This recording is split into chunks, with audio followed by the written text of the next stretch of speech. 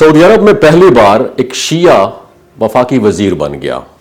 Video को and तक जरूर देखिएगा। नाज़रीन, आज की दुनिया में रियल स्ट्रेंथ सिर्फ ताकत नहीं बल्कि अंडरस्टैंडिंग और कोऑपरेशन में नजर आती है। तो जब बड़े ममालिक अपने इख्तलाफात कम करने की तरफ बढ़ते हैं तो उसका इंपैक्ट सिर्फ सियासत तक महदूद नहीं रहता बल्कि आवाम के सोचने तक अंदाज तक भी पहुंचता है। मुस्लिम दुनिया में भी एक ऐसा वक्त आता दिखाई दे रहा है जहां कन्फ्रंट्रेशन की जगह डायलॉग ले रहा है, और यही तब्दीली उम्मीद पैदा करती है कि इख्तलाफात के बावजूद साथ आगे बढ़ा जा सकता है। काफी अरसे तक मुसलमानों के दरमियान सबसे नुमाया कशीदगी शिया और सुन्नी तकसीम के हवाले से देखी गई, और इसमें दो अहम रियासतों यानी ईरान और सऊदी अरब के ताल्लुकात को बुनियादी हैसियत हासिल रही। माजी में दोनों के ताल्लुकात शदीद तनाव का शिकार रहे। स्टेटमेंट सख्त होती थी और माहौल में डिस्ट्रस्ट पाया जाता था, लेकिन अब सूरत हाल आहिस्ता आहिस्ता चेंज हो रही है और सफारती रवाबित बहाल हुए, मुलाकातें हुई और कल्चरल लेवल पर भी राब्ते देखने में आए। जब एक मुल्क दूसरे मुल्क की कौमी तकरीबात में शिरकत करे तो यह सिर्फ प्रोटोकॉल नहीं बल्कि एक पॉजिटिव सिग्नल होता है कि फासले कम हो रहे हैं।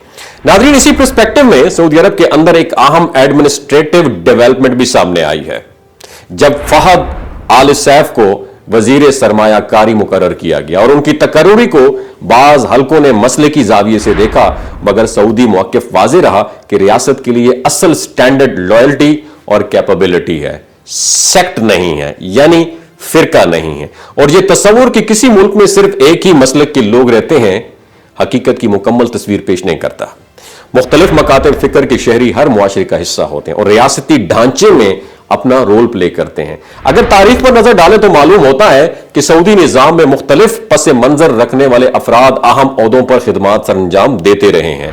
फहद आल सैफ के वालिद अब्दुल जलील आल सैफ आला सरकारी रिस्पॉन्सिबिलिटीज पर फाइज रहे और मजलिस शूरा की रुकन भी रहे, और इसी तरह माजी में भी एक सऊदी वजीर जो शिया पस मंजर रखते थे ईरान में डिटेल्ड रहे और रियासत की रिप्रेजेंटेशन भी की। और ये मिसालें इस बात को रीइंफोर्स करती हैं कि रियासती निजाम में ट्रस्ट और कॉम्पिटेंस बुनियादी एलिमेंट होते हैं, और कानून के इंप्लीमेंटेशन के हवाले से भी यही असूल कार फरमा है कि जुर्म की बुनियाद पर फैसला होता है, ना कि मसले की आइडेंटिफिकेशन की बुनियाद के ऊपर।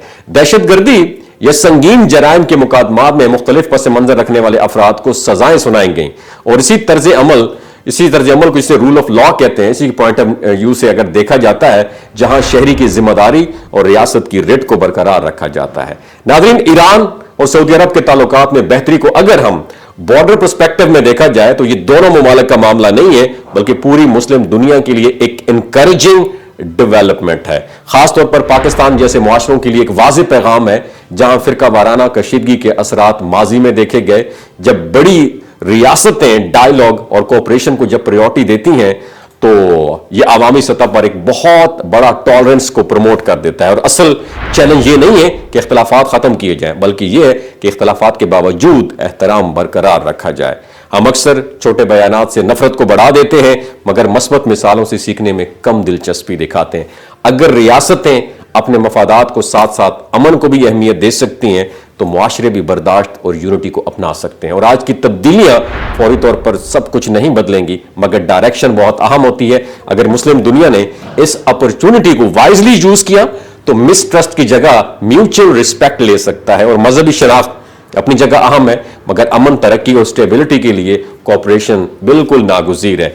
जब लीडरशिप मुफाहमत का रास्ता इख्तियार करती है तो आवाम के लिए भी यही पैगाम होता है कि फ्यूचर मुश्तरका हो सकता है। इसके बारे में आपकी क्या राय है नीचे कमेंट सेक्शन में जरूर बताइएगा।